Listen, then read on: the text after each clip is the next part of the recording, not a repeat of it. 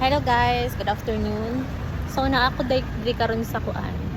Team Pacquiao store. Taraan. Amo ko'y follower na magpapalit og kuan kana keychain na gloves, mini keychain na gloves. So ang store is located lang sa front sa SM. Ayan guys. Kato ang store.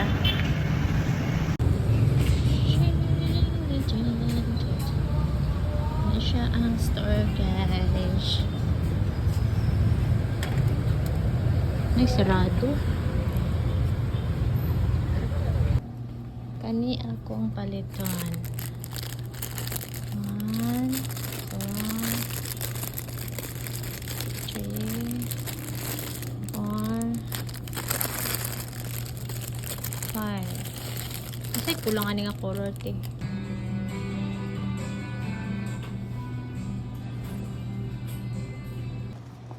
Pareha lang ni tanan mga presyo te. Ay, dili da ino. Dili ba? Na 730, na 16, na 13, na ganina. Ha, grabe, prepared ka ha? Dala-dala din mo. Oo, mag-adto ko man siya te. Ginadala, ginanako. Kaya nga nanto.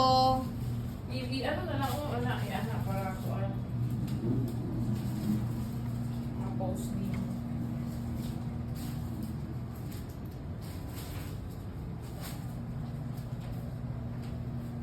Ako very crush nga ano dara t-shirt.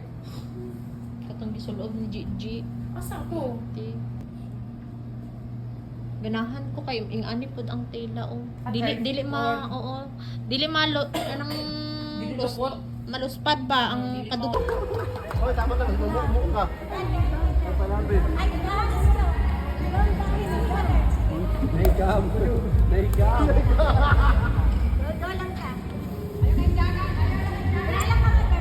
Wala lang man. Sure lang yun. Ay, dagan, ay, dagan. Esan. Wow! Wow!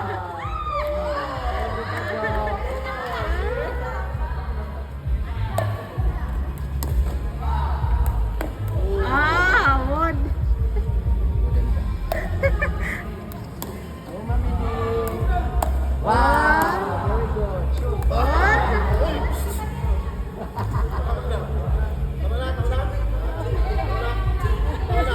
Tama na ka, mahamak ka pa.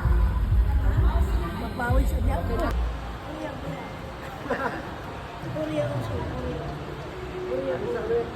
Bye.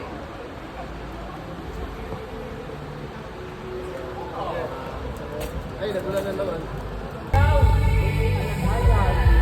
Ay, thank you. May pera pa rin may pera sa talungan.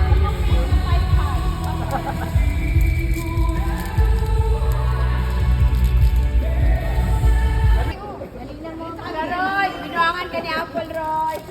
Usual. Kailan ka? Ayun ako. Building po.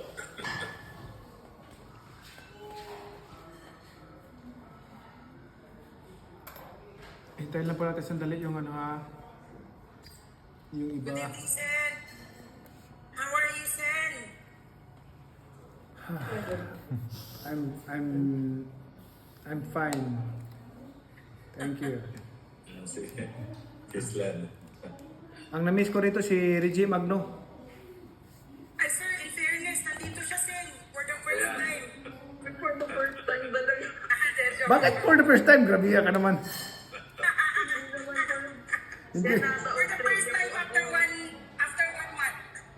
Sorry. Nasa Australia ako, Sen. Kala ko nakakalimot na siya sa atin eh. Hindi po. Kaya nga ako, Sen, eh. Nag-visit siya, Sen. Sabi ko, hinahanap pa ni Sen Manny. Attend daw siya. Nag-text ako kay Len kanina, Sen. Ha? Kanya, nagtanong ako kung merong Bible study. Good evening po sa lahat. Yan, I'm with my daughter. Opo. Ma'am Rachel, nangangailangan ka ba ng artista? Sinong artista? Ako yun, ako. Gusto natin maging malakas palagi. Di ba? For our physical body, we should think about our own spiritual body.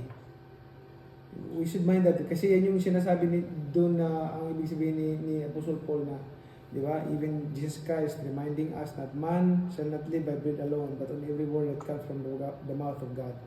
So therefore, kung worried tayo palagi na pakainin natin yung katawan natin for physical body, kumain tayo 3 times a day, nagugutom tayo, we should always think about how to feed our spiritual body by reading the Bible, pray continually.